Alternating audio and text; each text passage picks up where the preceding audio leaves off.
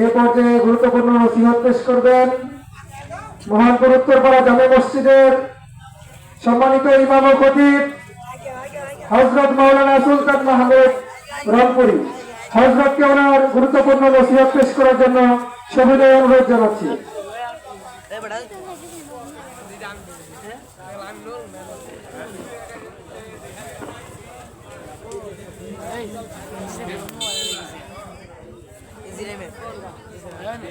কার mobile শোনাইছে শোনাইছে একটু শোনাইছে কথা কর হ্যালো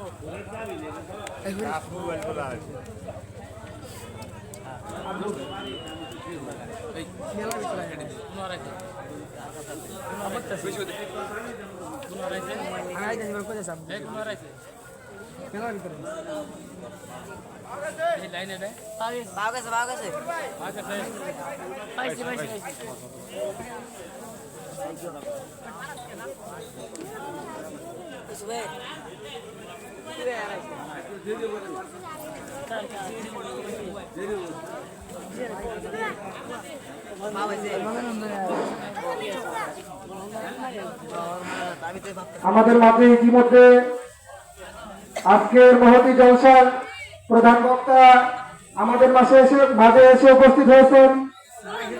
আমরা সকলে তাকে স্বাগত জানাই।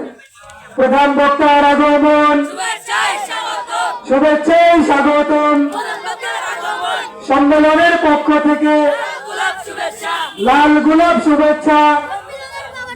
নারায়ে তাকবীর। আমরা যারা এখনো বাড়িতে বাজারে দোকানপাটে ঘোরাফেরা করতেছি, ঘোরাফেরা না করে আপনারা সকলে আমাদের মাহফিল প্যান্ডেলে এসে উপস্থিত হন।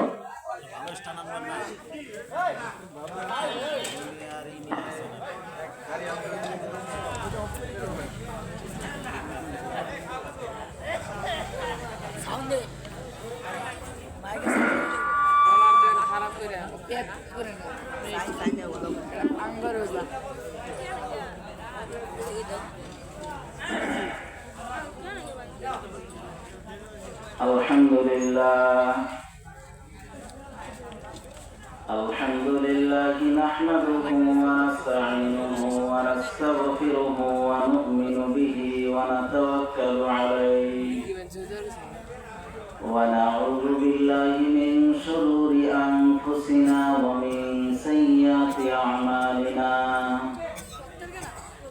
মান ইয়াহদিহিল্লাহু ফালা মুদিল্লা লাহু ওয়া মান يضلله فلا هادي له ونشهد أن لا إله إلا الله وحده لا شريك له ونشهد أن سيدنا وحبيبنا ومولانا محمدا عبده ورسوله أرسله بالحق بشيرا ونذيرا وداعيا إلى الله بإذنه وسراجا وقمرا منيرا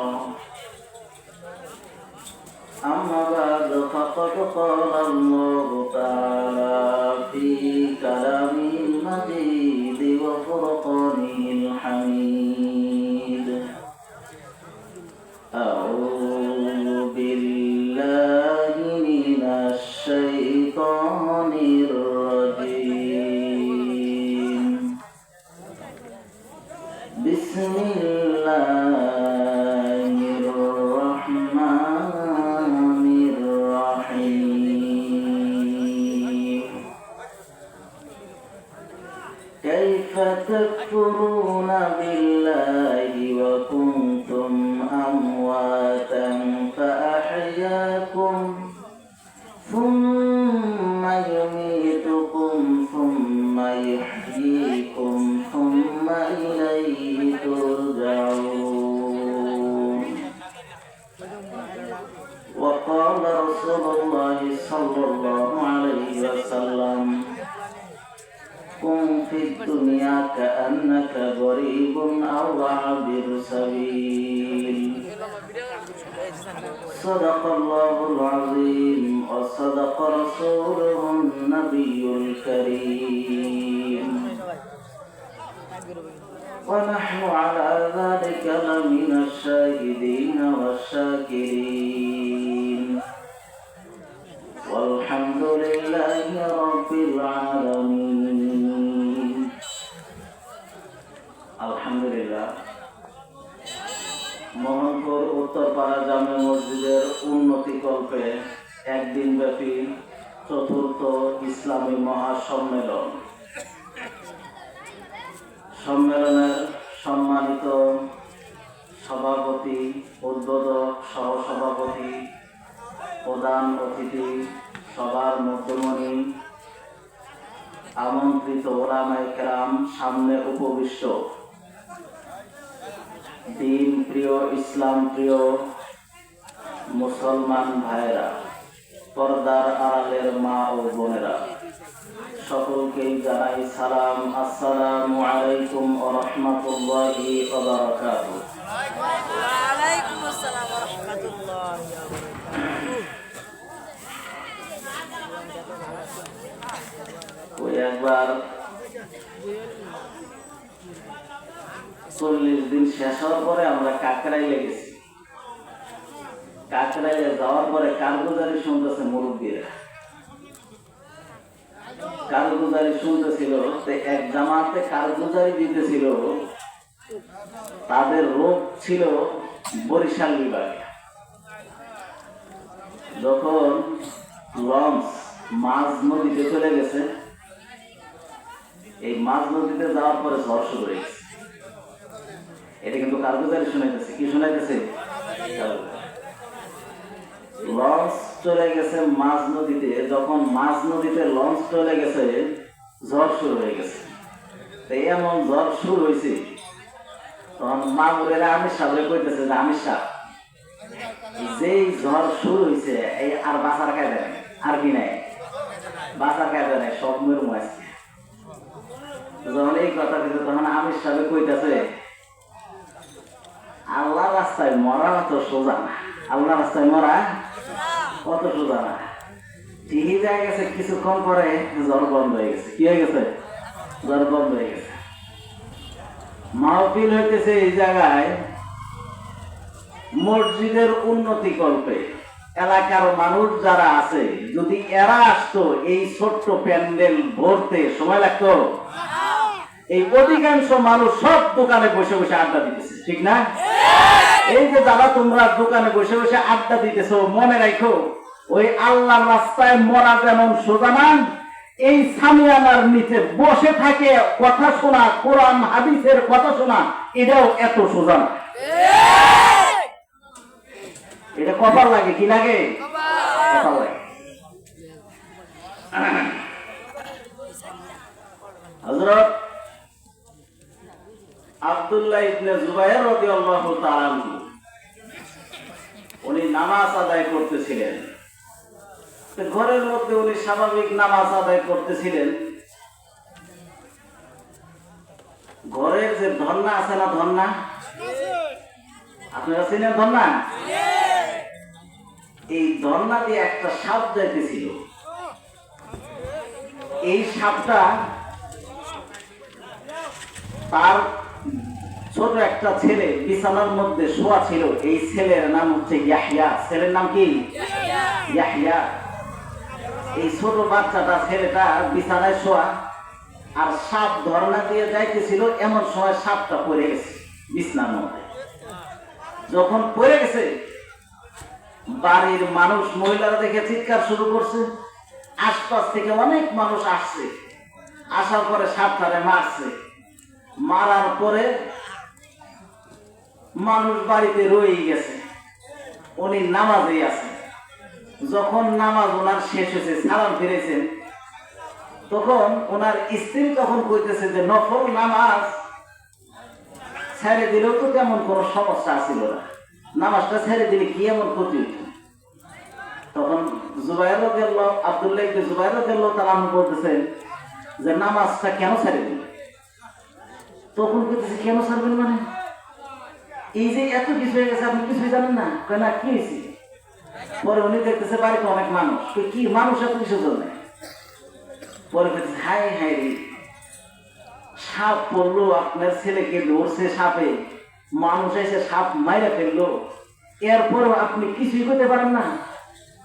তখন আব্দুল্লাহ ইবনে জুবাইর রাদিয়াল্লাহু তাআলা আনহু তখন তার স্ত্রীকে বলতেছেন, দেখো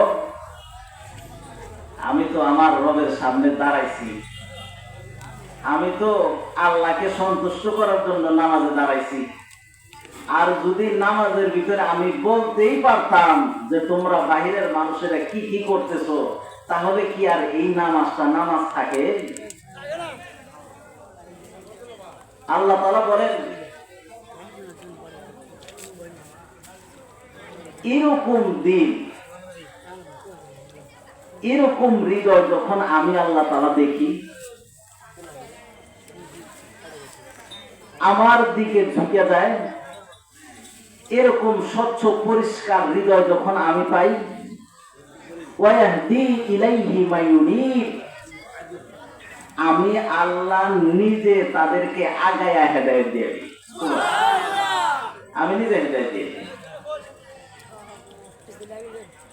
এই কারণে এই মজলিসে সবাই বসতে পারবো না, এই মজলিসের দাম অনেক বেশি। কোরআন হাদিসের কথা কিভাবে শোনা দরকার আল্লাহ তাআলা এটাও কোরআনে বলেছেন, আল্লাযীনা ইসতামিউনাল কওলা ফায়াত্তাবিউনা আহসানা উলাইকাল্লাযীনা হাদাহুমুল্লাহ। কোরআন হাদিসের কথাগুলো মনোযোগ দিয়ে শুনতে হবে। আর যখন মনোযোগ দিয়ে শুনবা, বলে মনোযোগটা কেমন হইতে হবে, এই একটা উদাহরণ দেই। আমরা খতম তারাবি পড়ি না, আমরা খতম তারাবি যখন পড়ি, কিছু থাকে মুসল্লি, কিছু থাকে হাফেজ সাহেব, থাকে না? তো মুসল্লিও থাকে, হাফেজ সাহেবও থাকে। সামনে যে হাফেজ সাহেব তারাবি পড়াইতেছে, এর যদি ছুটে যায় কিছু, পিছনে যে আছে হ্যাঁ সাথে সাথে ধরে ফেলে না? হে যে মনোযোগ দিয়ে শুনতেছে, মুসল্লিরা কি এরকম মনোযোগ দিয়ে শোনে? এই হাফেজ সাহেবের মনোযোগ আর মুসল্লিদের মনোযোগ এক না। মনোযোগ কিনা? এক না। মনোযোগের ভিতরে তফাৎ আছে। ঠিক কোরআন হাদিসের কথাগুলো যদি কেউ মনোযোগ দিয়ে শুনে, আল্লাহ তাআলা বলেন আমি আল্লাহ নিজেই তাদেরকে হেদায়েত দিই। এজন্য কোরআন হাদিসের কথা মনোযোগ দিয়ে শুনতে হবে। বলে এই মজলিসের দাম কত? এই মজলিসে যারা বসা আছেন, এই সুসংবাদ শুধু তাদের জন্য। যারা এই প্যান্ডেলের বাইরে, এই সুসংবাদ তাদের জন্য না। আল্লাহ রাসূল বলেন এই মজলিসের দাম কত? যে মজলিসে কোরআন এবং হাদিসের কথা হয়, আল্লাহর কথা হয়, এই মজলিসের দাম কত তোমরা জানো?